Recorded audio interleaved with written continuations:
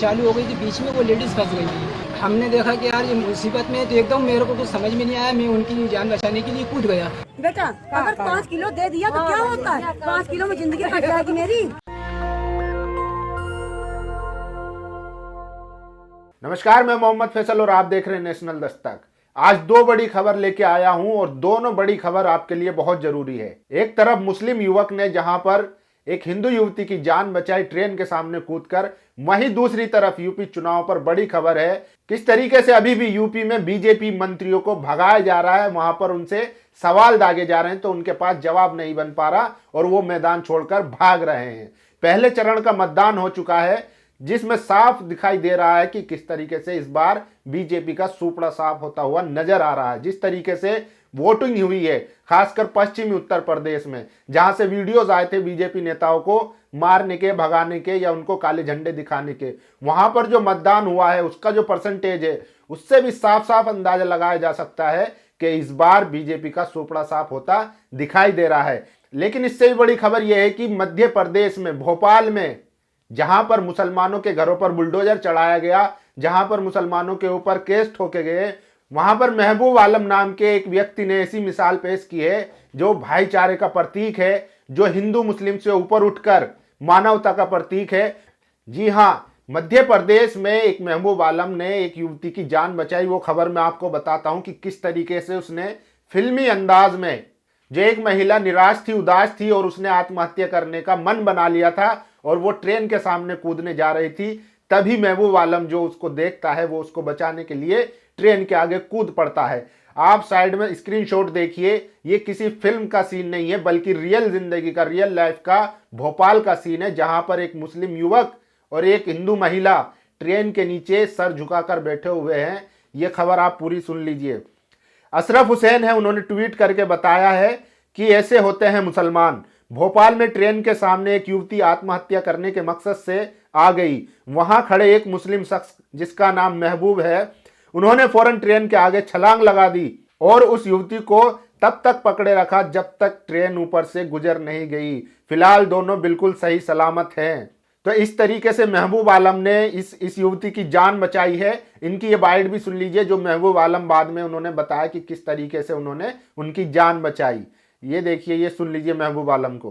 Train चालू हो गई थी, बीच में वो लेडीज फंस गई थी, तो उस लिहाज से वो है ना, वहाँ पर मतलब उनका हाथ जो ना ट्रेन के पास था, सर भी करीब था, पहियों के करीब था, तो उसकी वजह से एकदम हमने देखा कि यार ये मुसीबत में है, तो एकदम मेरे को कुछ समझ में नहीं आया, मैं उनकी जान बचाने के लिए कूद गया। तो सुना आपने, एक तरफ जहां बीजेपी आरएसएस ने अपने राजनीतिक फायदे के लिए दो समुदाय को आमने सामने लाकर खड़ा कर दिया है, वहीं जो गरीब है, मजदूर है, जो शोषित है, वो इन चीजों से ऊपर उठकर एक दूसरे की जान बचाने में लगा हुआ है। महबूब आलम इसकी मिसाल है और इनकी जितनी तारीफ की जाए कम है, क्योंकि इन्होंने जिस तरीके से अपनी जान पे खेलकर उस महिला की जान बचाई वो काबिले तारीफ है। और ये उन लोगों के मुंह पर भी तमाचा है जो हिंदू मुस्लिम के नाम पर लोगों को बांटने का काम करते हैं। ये खबर इसलिए जरूरी थी क्योंकि आज जिस तरीके का माहौल है उसमें ऐसी खबरें बहुत कम मिलती है देखने को।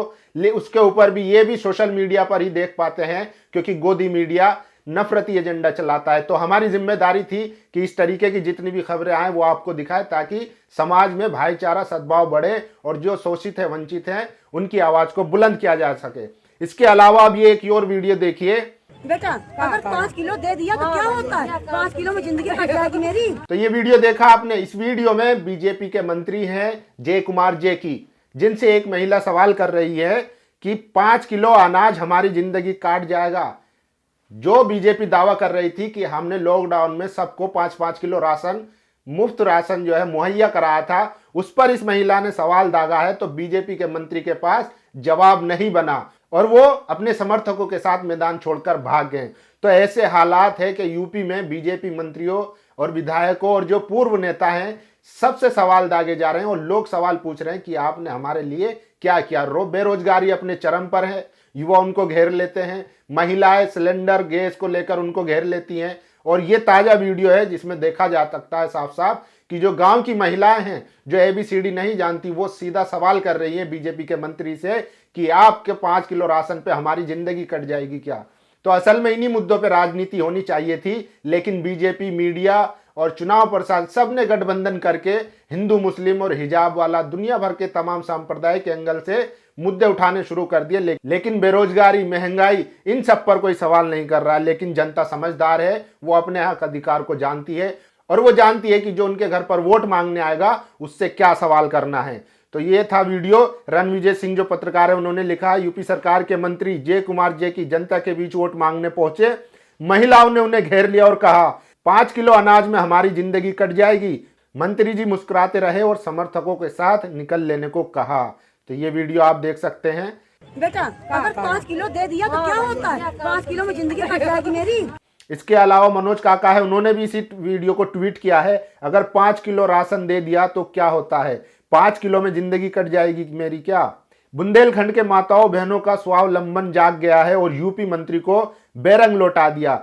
सड़ा गला राशन नहीं, हर घर के युवाओं को रोजगार दो। तो इस वीडियो से साफ पता चलता है कि जनता कितनी नाराज है और जिस तरीके से पहले चरण की वोटिंग हुई है, मतदान हुआ है, उसमें साफ देखने को मिल रहा है कि बीजेपी का इस बार सूपड़ा साफ होता दिखाई दे रहा है। वहीं दूसरी तरफ ईवीएम को लेकर भी बड़ी खबरें आई थी। जिस तरीके से कल कैराना में नाइद हसन ने ईवीएम को पकड़ा जो बिना नंबर प्लेट की गाड़ी में जा रही थी, तो बीजेपी हर तरीके से हर षड्यंत्र और प्रपंच कर जीतना चाहती है, क्योंकि जनता उसकी जो है हिंदू मुस्लिम राजनीति के खिलाफ वोट कर रहा है। तो इस बार साफ है कि जनता जागरूक हो चुकी है और वो इस बार रोजगार, महंगाई, इन सब पर वोट करेगी, ना कि हिंदू मुस्लिम पर। इस वीडियो पर आपकी क्या राय है? आप अपनी राय जरूर दीजिए। शुक्रिया।